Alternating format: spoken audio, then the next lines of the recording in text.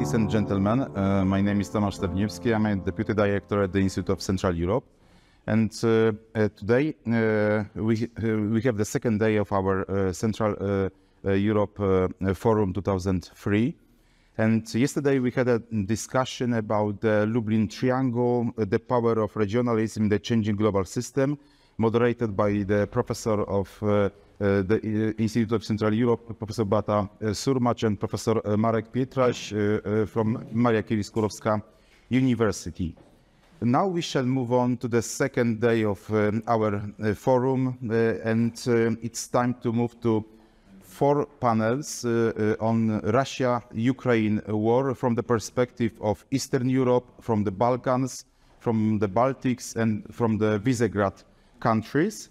Without further ado, I give the floor to the moderator of the first panel, and I'm looking forward for an exciting discussion. So thank you and good luck.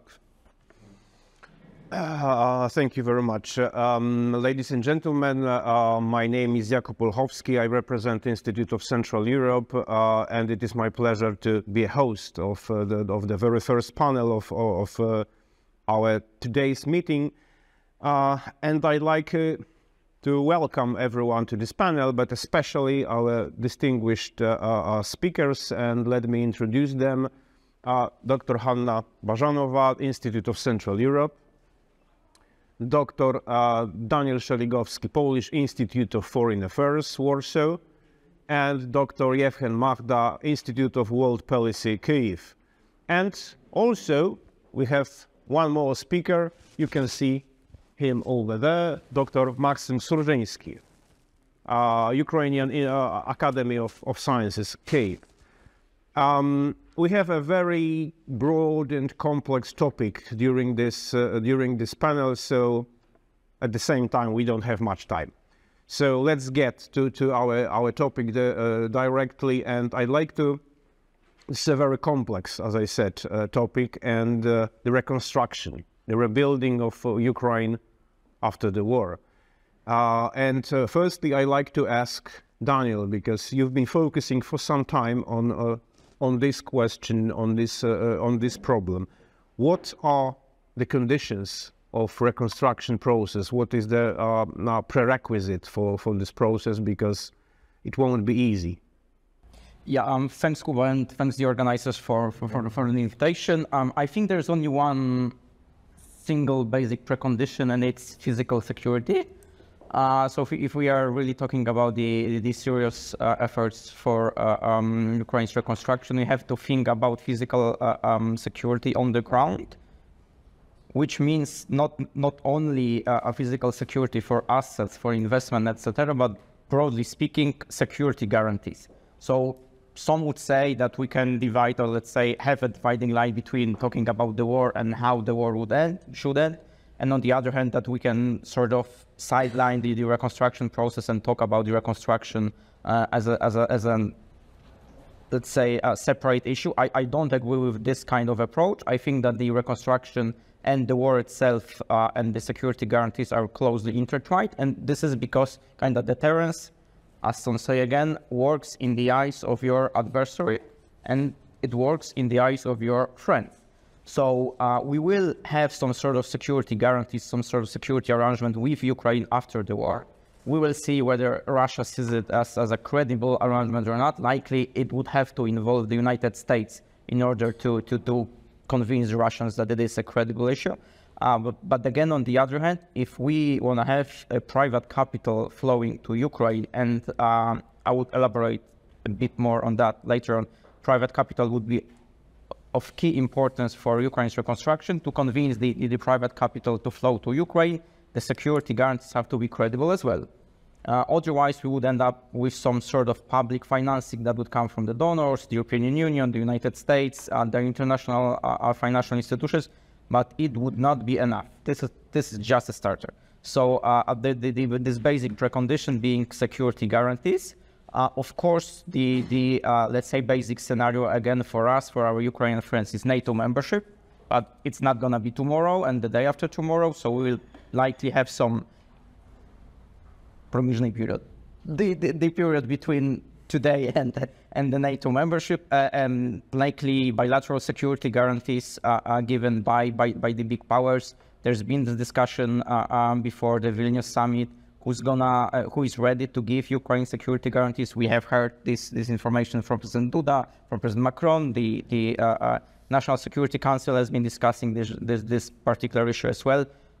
So cutting it short, the basic precondition security. Then there are two additional factors, but I would not call them preconditions or conditions.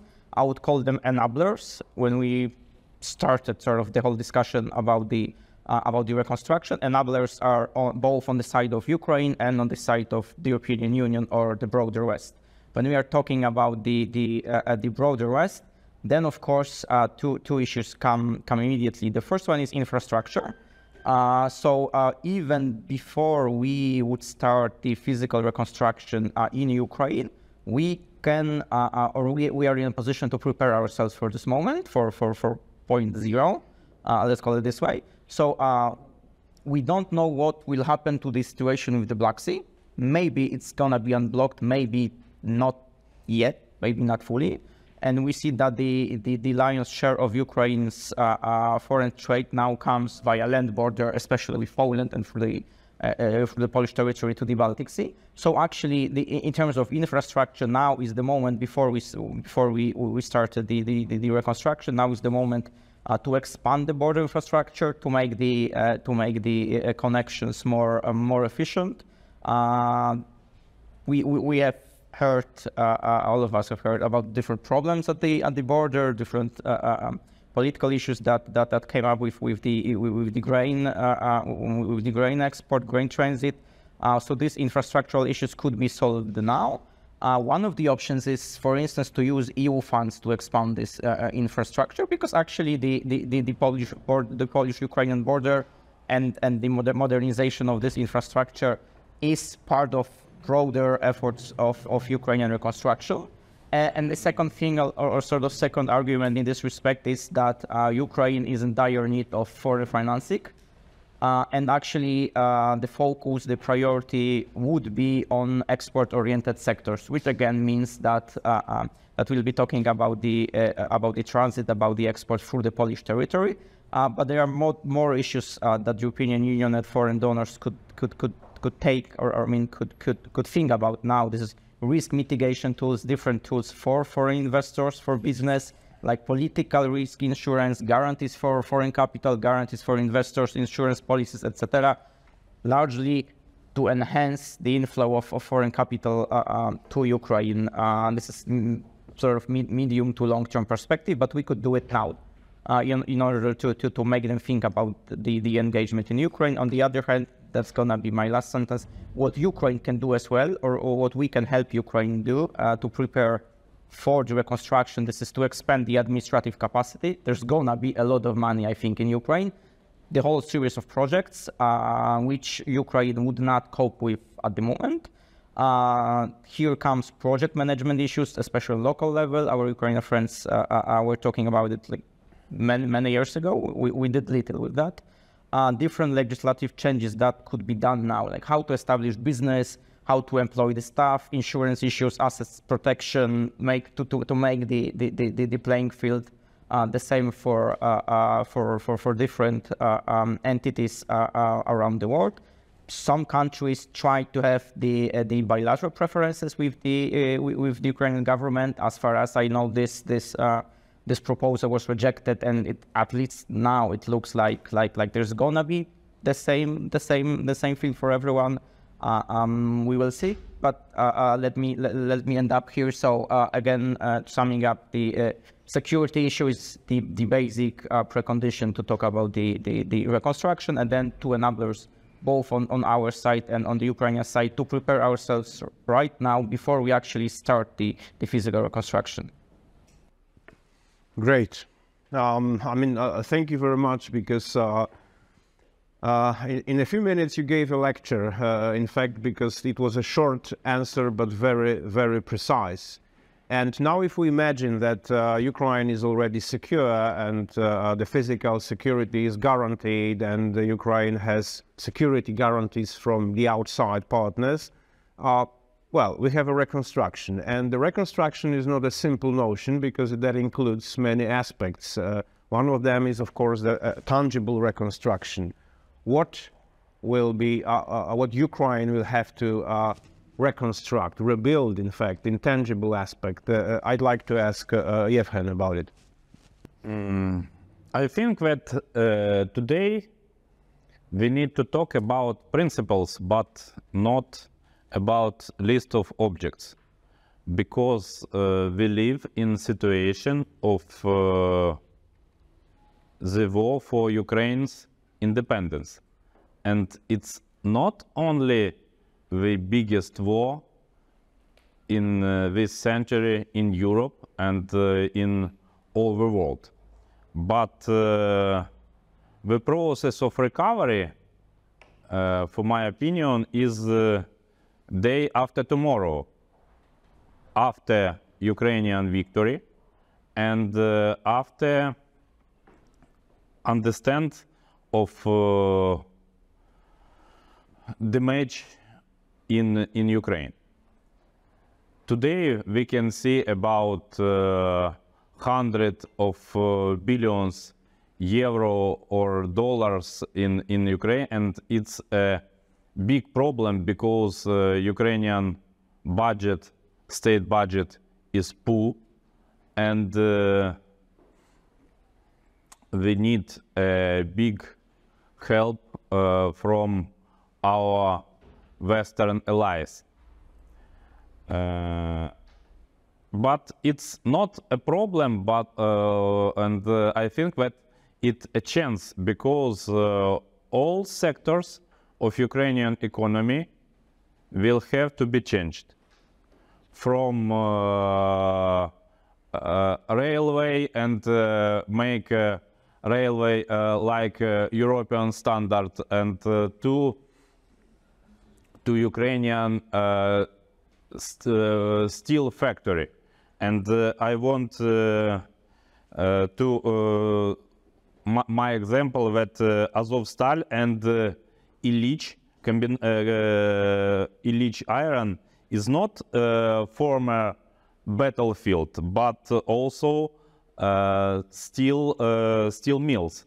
And I think that a big challenge of Ukraine recovery is real de-oligarchization, and de-oligarchization by process of creation of middle class. And it's a big problem and sharp problem, because I think that Ukraine must should form its own plans and don't rule on plans of World Bank, International Monetary Fund, and other organizations. And I think that the main need today is create new rules of game in economy and minimization of corruption, because we cannot win on corruption in last 15 months and after full-scale invasion of Russia. And today, before end of war, we must to look for new technologies in agriculture, in internet, in information technologies, and other technologies for future. We must create the country of future in Europe. Thank you. Thank you very much. I think that I believe that to some extent, at least, what you said was complementary to what Daniel said. Of course, it will be a difficult process, but I think that it may be even more difficult process of Ukraine's reconstruction after the war will be eliminating the social and psychological costs of the war, because every war creates very hard situation, social situation when it comes to criminality rate, PTSD, etc., etc.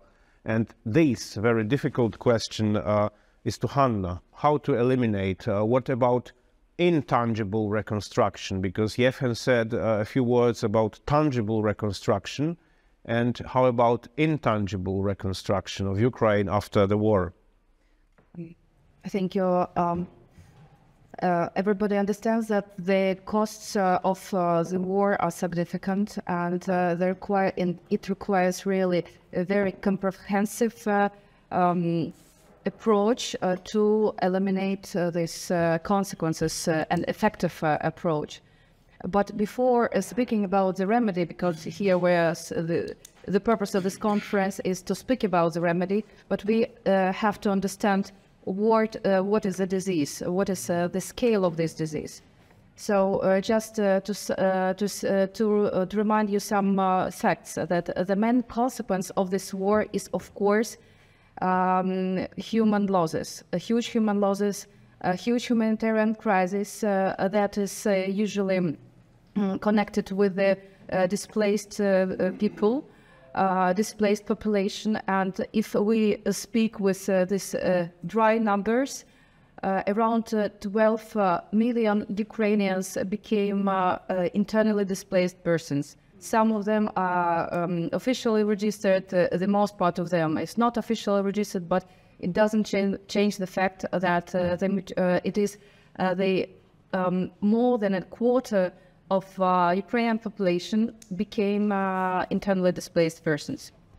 Besides that, around more than 14 million Ukrainians were forced to leave the country after the war started during the first year.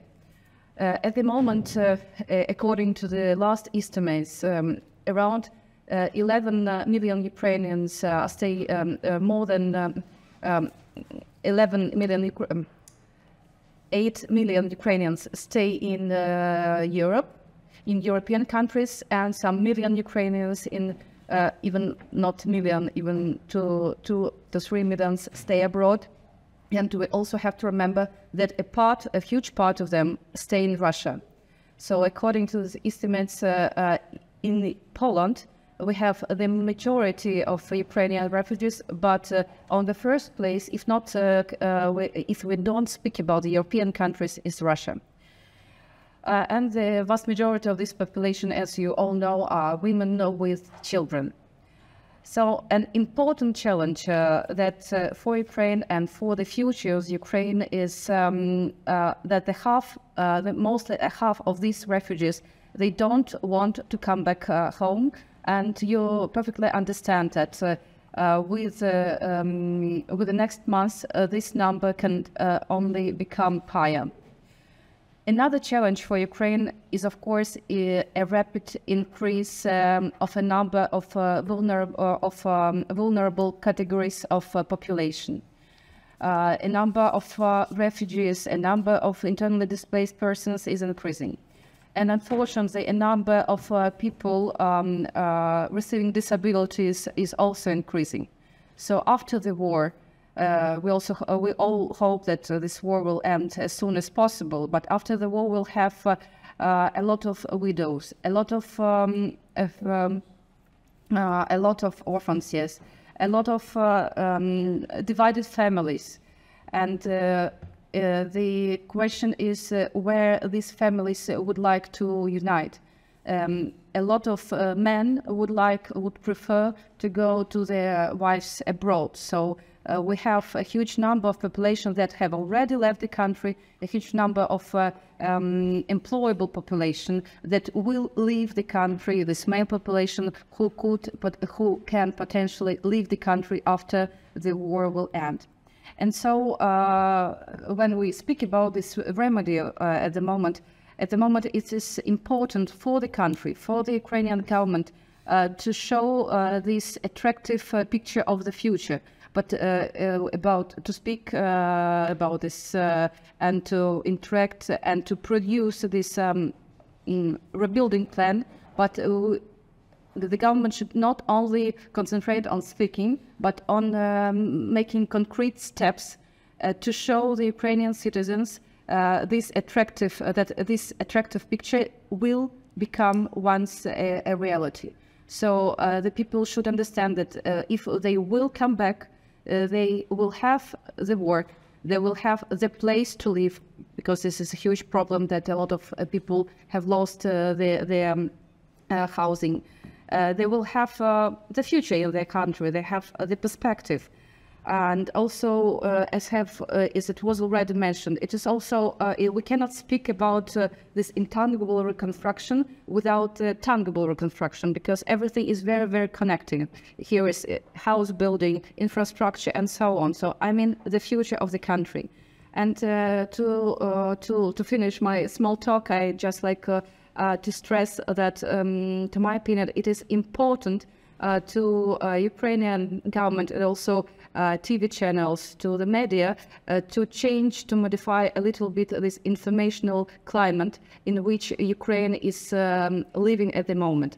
Of course, a lot of stuff that started from the very beginning of the war, a lot of these hurrah, patriotic things that are still in media, it is good, but when something will go wrong, people will start to disbelieve, to distrust the government channels, to distrust this narration that the government produces.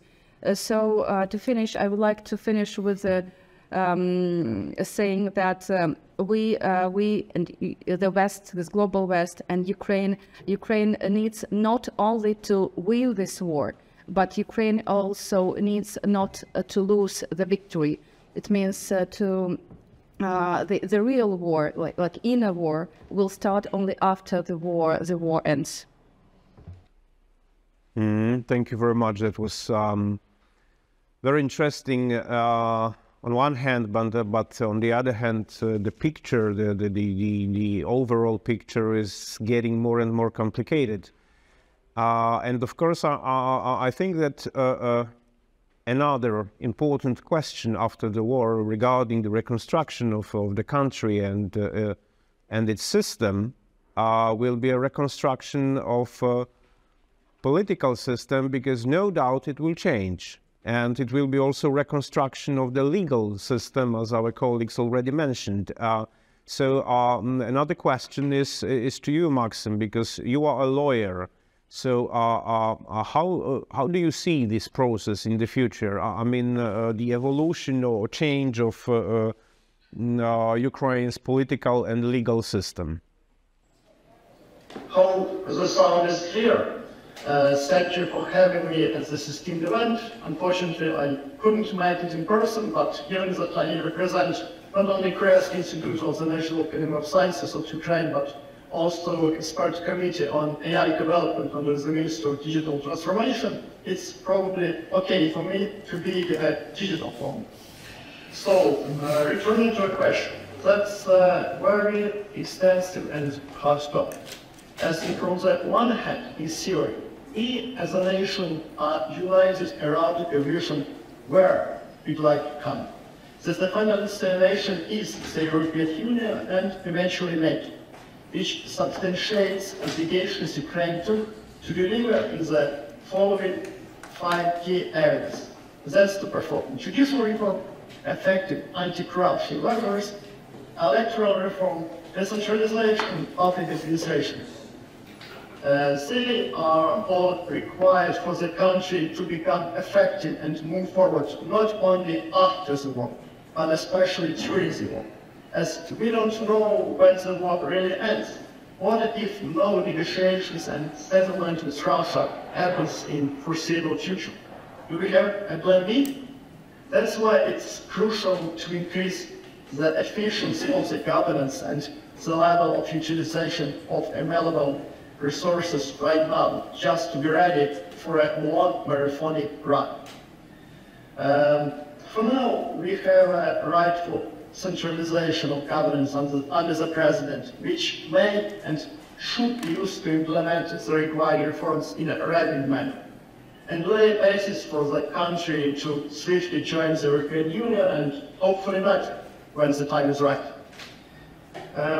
But in reality, unfortunately, the reforms become a complex and challenging process with significant obstacles and weaknesses. And a lot of them are pushed through by the people who demand changes and social justice, especially now. Also, you might have heard about noisy corruption scandals spoken of here and there. And if we look at the root causes of such a situation, everything is explained by number one, it's abusing translation of power, and number two, by our own perception of the people that there is a limited influence over the state governments, and our second phase, or let's say elected politicians, should know better how to execute state policy in favor of society, and that, of course, doesn't happen without effective instruments of control and awareness of the society on how to exercise this control. Of course, the war justifies the centralization of power and the lack of control over the governments, but it shouldn't be usually used as an excuse to postpone implementing required changes. This leads us to a question, a very important one. How to still foster the required pace of reforms in such a difficult time of limitations, instability and uncertainty? What are the most justifiable investments in Ukraine along with weapon-related humanitarian aid? And the answer is clear. That's also to invest into the awareness of the society, to, let's say, outline a clear vision how our country shall be changed to move forward to European perspective. But if you monitor our media, political polls that already appear, you'll see that everything is still mostly centered around faces, popularity, media presence, light, non-educated talks, rather than serious political discourse, education, and education about what kind of a country would like to build and how to do that. And that is a problem, because democracy, the rule of law, decentralization, etc. are going to be empty abstractions, but have a context. Perhaps that's my main take here. Building policy around principles rather than individual personalities can help ensure that required reforms are effective and enduring, as they are controlled and ensured by the will of the people who understand idea, what shall be done, and manipulation become very hard at this point. It will also help to prevent in future backsliding when political leadership changes. But I'm glad that there are signs that our society is slowly becoming engaged into a process of stabilization, preparing for another war over the shaping of our country from within. The war which will start right after this war with Russia ends. Yeah, that's maybe on such a bright hope I want to finish my table of this. But we really need to be centered around policies and principles rather than try and choose. Baby. Thank you very much. It was a bit pessimistic, just like your previous speakers, but also a bit optimistic, because there is a hope, and I agree, and I think that we all agree about increasing level of social and political awareness of Ukrainian society. This is no doubt this is a positive signal. All right, we have now we have some picture about problems, about reconstruction, perspectives, etc. Of course, it brings another question, and it will be another difficult question, but, well, sorry, there are no easy questions during this panel, unfortunately. And this question goes to Hanna this time. So, how Ukraine wants to reconstruct itself, rebuild itself after the war, because as we already know, it will be a very complicated and complex process. So what are the plans? Of course, the reconstruction of Ukraine is really a very extremely large-scale project. And the success of this project really depends not only on the country, not only on the government, but also on the communication between government institution, between the Ukrainian community, also engaging business, and of course, international partners, because without them, Ukraine will not succeed in this process. When we speak about the reconstruction, it's important to underline that this reconstruction should not be the reconstruction of what it was. It should be the reconstruction with using some energy efficiently standards and some new standards. This concerns not only the infrastructure or housing, but also transportation. Ukraine should concentrate on this green road, green way of making things also in transport, and one more time, energy efficiency. At the same time, already now we can see in the government rhetoric, in public discourse, such a formula that sounds build back better. So to rebuild something, to rebuild Ukraine better than it was. Just to remind you that this slogan was used, for example, in Joe Biden electoral campaign some years ago. So it's not only in his campaign, in some different parts of the world, this slogan was used during the rebuilding process. But to my point of view, it's important that the government understands, and at least at the rhetoric, it uses this formula. And as the last example of maybe the first example of vivid use of this formula is the project of a reconstruction of six Ukrainian towns.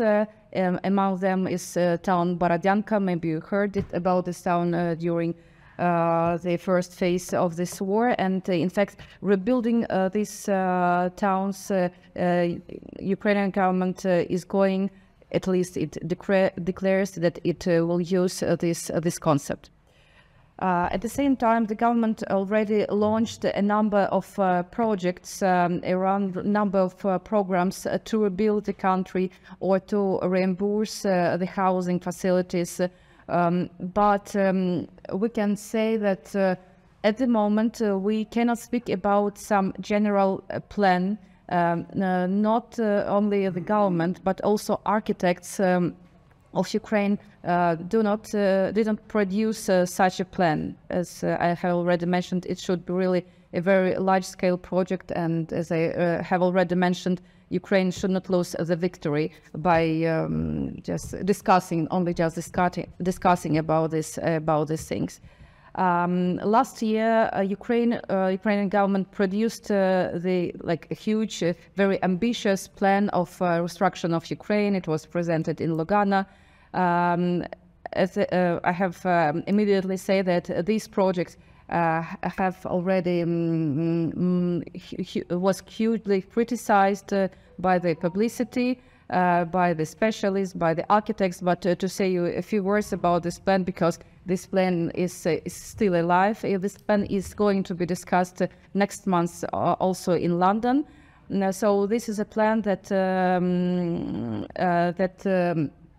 underlines that Ukrainian reconstruction will last 10 years, and it will be in three periods. It will be rapid reconstruction, middle-term reconstruction, and long-term reconstruction.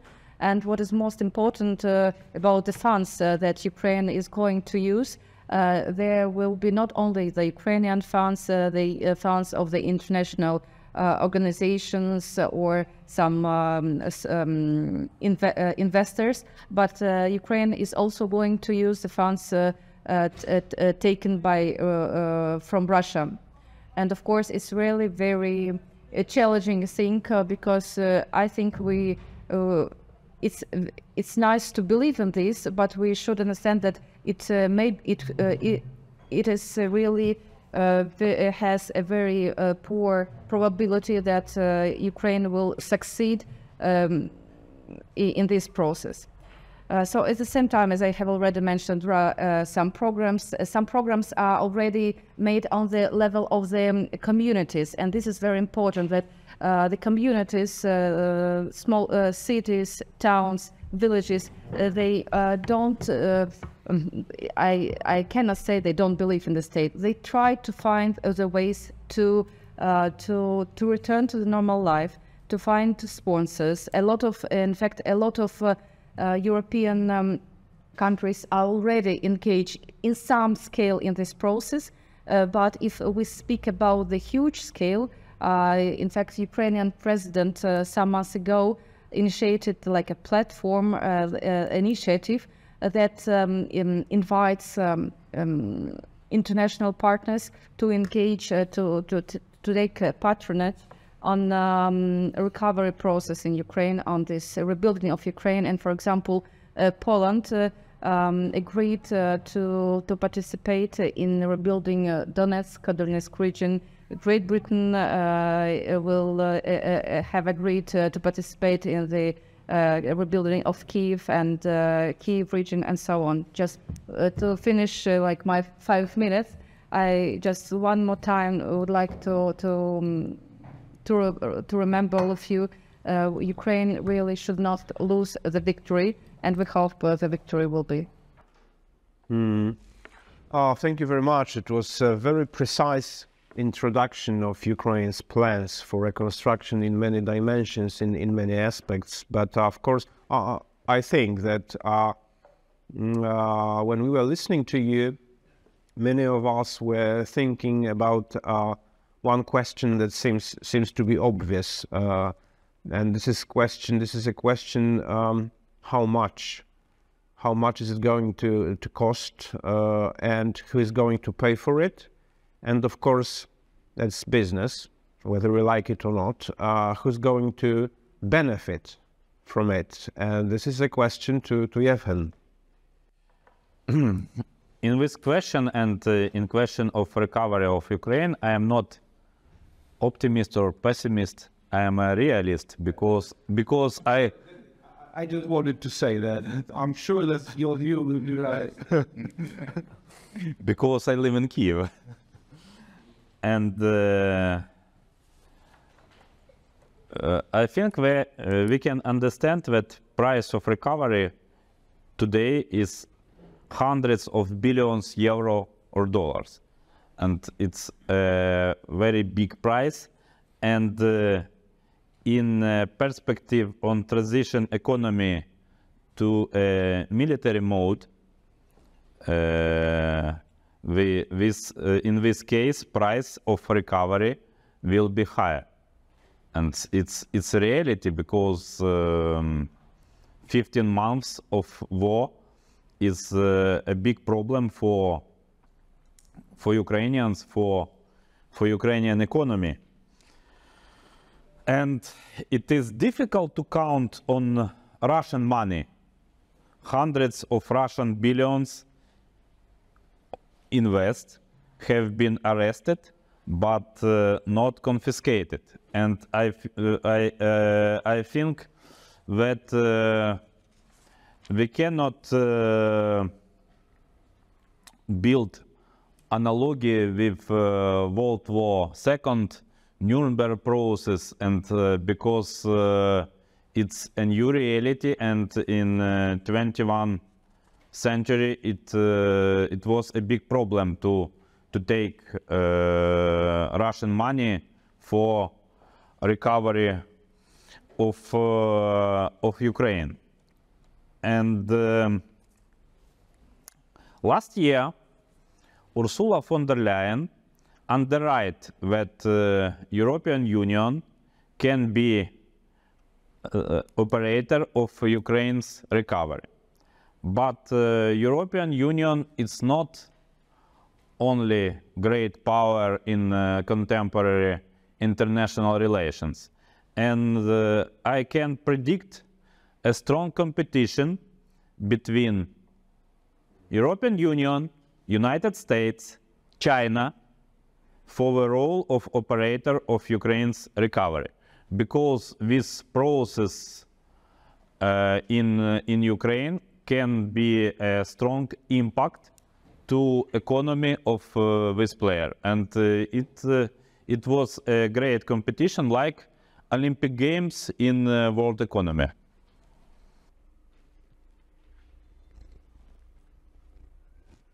That's it all. Great, short, but great. But of course, one thing from our perspective, from our Polish perspective, was missing. I mean, a role of Poland, and that's another question to Daniel. All right, because Yevhen said about the European Union and, in fact, competing states within the European Union, because I'm sure we have to expect something like this. About United States, about China, right? But what about Poland? Okay, let's leave this competition for a while, then focus on Poland. Yeah, of course. Yeah, later on. Yeah, there are several sectors or several ways that we can be engaged in Ukraine's reconstruction. The first one is I mentioned at the very beginning that we are the gateway for Ukraine. We are the gateway to the world markets.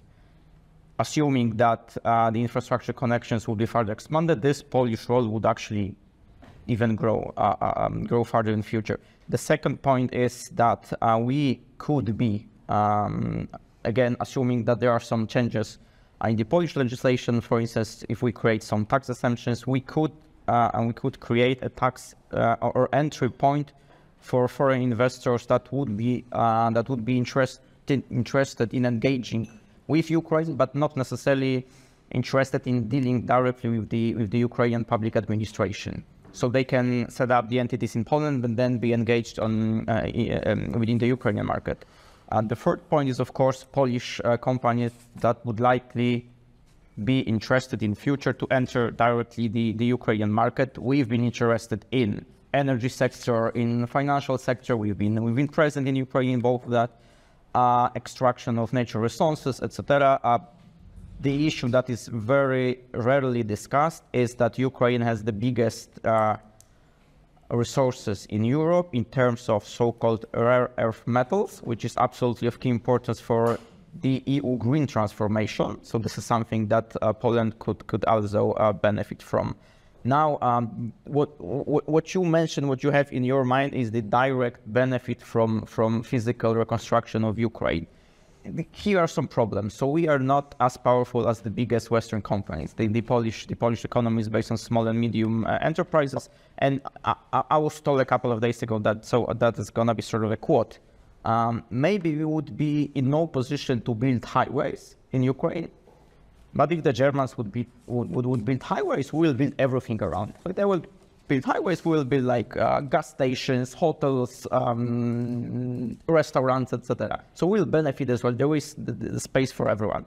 Maybe if we will not build transport connections, we will provide transport equipment. Maybe we will not build hotels, schools, hospitals, we will provide household appliances and sanitary equipment. Maybe we will not build energy stations, we will provide energy grids. Maybe we will not be the primary constructors, the primary contractors, but we'll provide them with construction materials with which they will rebuild Ukraine. So there is a space for Polish companies to work as subcontractors. A lot of space, I mean, for everyone. Again, some problems. The Polish companies are often based or often use a Ukrainian labor force. We don't know actually what would happen after the reconstruction, so we don't know whether some of Ukrainian workers who are now present in Poland and work in Poland, whether they would not return to Ukraine and work for some Western companies there. That could create problems for Polish companies that would likely be interested in entering the Ukrainian market, but that would also complicate to some extent the situation of the Polish companies that implement projects, contracts on the Polish territory using EU funds. Summing up, I'm not gonna be more smart than the smart guys who calculate how we can benefit. So these are the numbers from PKOSA report from a couple of months ago. So the Ukrainian reconstruction could add almost 4% of GDP to the Polish economy, direct and indirect benefits, and this is to put in numbers, almost 200 billion zlotys or 40 billion euros. So this is more than half of the EU funds that we now have between 21 and 27. So that's a lot of money. And it still leaves a lot of space for big Western companies that would likely be more sort of effective on the Ukrainian market than us. Thank you very much. And, you know, I must say that I do hope that Polish politicians and Polish business will listen to you very carefully. Because it was really reasonable and a smart conclusion. Speaking about the conclusions, another difficult question, and this time the last one. The question to Maksym. When you think about all of this that we just discussed, can you point out? Can we talk in general about any scenarios? Can we draw? Can we formulate any specific scenarios? What will happen? It's a really interesting question to answer in short, but perhaps I'd like to start by citing the former US Secretary Matthew Older, who once said that the current architecture of governance is no longer fit for purpose, and sometimes we are trying to solve a range of 21st century challenges armed with 20th century mindsets and 19th century institutions. And from this same, we may outline three variables required for producing any scenario. That's number one, challenges, if we understand them, and mindsets, if we understand them, and institutions. So understanding these variables is required to build more or less feasible scenario or spectrum source. Let's try to consider them. Do we fully understand challenges? I doubt about that. We might have an understanding about internal context, because what Ukraine will face in the internal front, but not external ones, especially in perspective, as they will be greatly dependent on the geopolitical environment. The crisis in Ukraine, as you might know, has galvanized the West, leading to significant assistance for Ukraine and reinforcement of the transatlantic security and defense architecture from one side. However, there is still no clear understanding on how the resourcing, coordinating and executing and stabilization and reconstruction of Ukraine be organized. We are even now just in talks about trying to shape this structure. And there is also this process influenced by the competition between the United States and Europe on one side, and China and Russia on the other, to shape the parameters of the international order. It is far more greater game is also in the play. So a bunch of black swans, to say the least, may be expected. Next, do we understand mindsets? Political leadership in Ukraine is formed, and it really plays a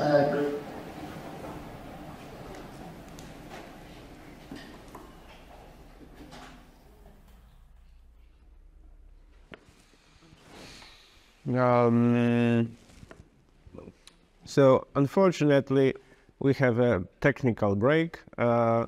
So maybe, because anyway we are running out of time, so perhaps our speakers would like to add something to sum up our discussion with 3 sentences. Anyone? In 3 sentences. The first one, in closer future, we can see a process of private capital in Ukraine coming between dreams and reality. The second one, the Baltic Black Sea region can be main player of recovery of Ukraine, and Poland can play main role. And the third, without trustful court power, recovery of Ukraine is impossible. Okay, the first one, now is the time to think about reconstruction, even if the war is still ongoing. The second point, we will not give Ukraine what Ukraine wants, and we will not obtain from Ukraine what we want. The example is that the reconstruction will not be locally driven and will not be locally divided, as the President Zelensky says. There's going to be centralization, and we will not be involved in the Donetsk Oblast. We have already told that, to communicate that to Ukraine. And the third point, we have anyway a very important issue to solve or to get together with the Ukrainians, and this is that the Polish companies, though they are smaller than the Western ones, they can get together with the Ukrainians to actually create a sort of counterbalance to the big companies that like to enter the Ukrainian market, that take advantage of the market competition, or the lack of market competition and the current situation in the market. Hanna? Just to continue, I think we need, Ukraine needs, and also we are the partners of Ukraine, need not only to think, but to act, especially in such dimensions as a human dimension, yes, as intangible reconstruction. If, of course, with tangible reconstruction, it's harder to act because the war is continuous, especially in the regions when we see really huge attacks. So just main point, not to think, but to act in different ways. And the country should present this formula, this attractive formula of the future, because at the moment it doesn't exist. And the second point is there is a risk that a high expectation will produce really a high disappointment of the population. And this is also the point that I have already mentioned during this discussion, because this media narration is really very, very, very optimistic. And when Ukrainians will face this reality after war reality, it really will be very high, and it will be very hard. And the third point that's connected to the second one, the loss of hope for the better future will produce a desire to leave the country. Among the categories of the Ukrainian population that are more productive, that are employable, yes. And there is really, unfortunately, a pessimistic point. If we will see this pessimistic scenario, we will have a country of pensioners and the country of high corruption, and all that stuff is connected to robbery and so on. Thank you. How many sentences? 4. A lot of commas. A lot of commas, exactly. Still, we have 4 minutes. Anyone? Any question? 2 questions. All right. Yeah, please. So I'm not from the politological model. I'm a doctor myself, a medical doctor. And my question is, did you evaluate how you will deal with the big collapse of demographic manpower? Because you will lose not only people who will come to the Western Europe, and because of the war casualties, you will lose already many young people, but you will lose also a lot of fertile women, because what was happening in Poland in the 90s, right? We had like 3 million immigration people who went abroad because of the European Union. And the same happened in Ukraine. So did you evaluate or speculate how will you deal with the lack of good generation of young people? Because that's what will happen. And moreover, if you remember the history, in the 50s and 40s, we have like big number of violent cases in Poland after the Second War. And that's what will happen in Ukraine also, because you will have large amount of young men who are used to deal with guns. I mean, that's what will happen. Did you speculate on that? How do we deal with that? Okay. Thank you very much. And another question? Really quick. Myself, I'm a politologist as well in Instytut and I praise and even speakers for their optimism. As comedic, the teacher is really moralistic. There's no point to visibly assess reconstruction until you had a good picture about Russia, as you know, and as soon as Russia will remain in race, if Russia will remain the same egoistic, aggressive state, which can launch missiles at any building site and construction site, who will invest until the point when there's a real security guarantees, a real chance for punishment on Russia, not just defense, which is still fragmented. Who will provide reliable punishment potential in Ukraine? Today, in terms of security guarantees, with weapons, and without answering these questions, there is no feasible way to talk about a construction plan. There's no one who will invest in Azovstal anymore. I think people will probably think about investing maybe who's government frontiers, community, as close to Poland and close to transportation, more or less secure than. Okay, so sorry, because we are running out of time. So your question is how Russia will be punished and by whom? At that point, there will be no threat from Okay, dear speakers, and does anyone want to shortly, because of course you can prolong a discussion during the coffee break. Short answers. Does anyone want to answer right now? The better for Russia is destruction, but today I don't see this idea in heads of members of European Union and United States. And it's a bright problem for effective recovery of Ukraine. And the collapse of demography, it's really a problem because we have many refugees, and the simple recipe is population of East Southern Asia and Africa.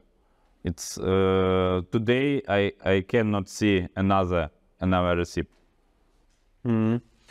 Well, we have to stop at this moment, and as I said, you can discuss with our speakers during the coffee break or during the day, because we will stay here for some time. Anyway, thank you to everyone. Thanks to everyone. But first of all, thanks to our speakers. I think that what we said.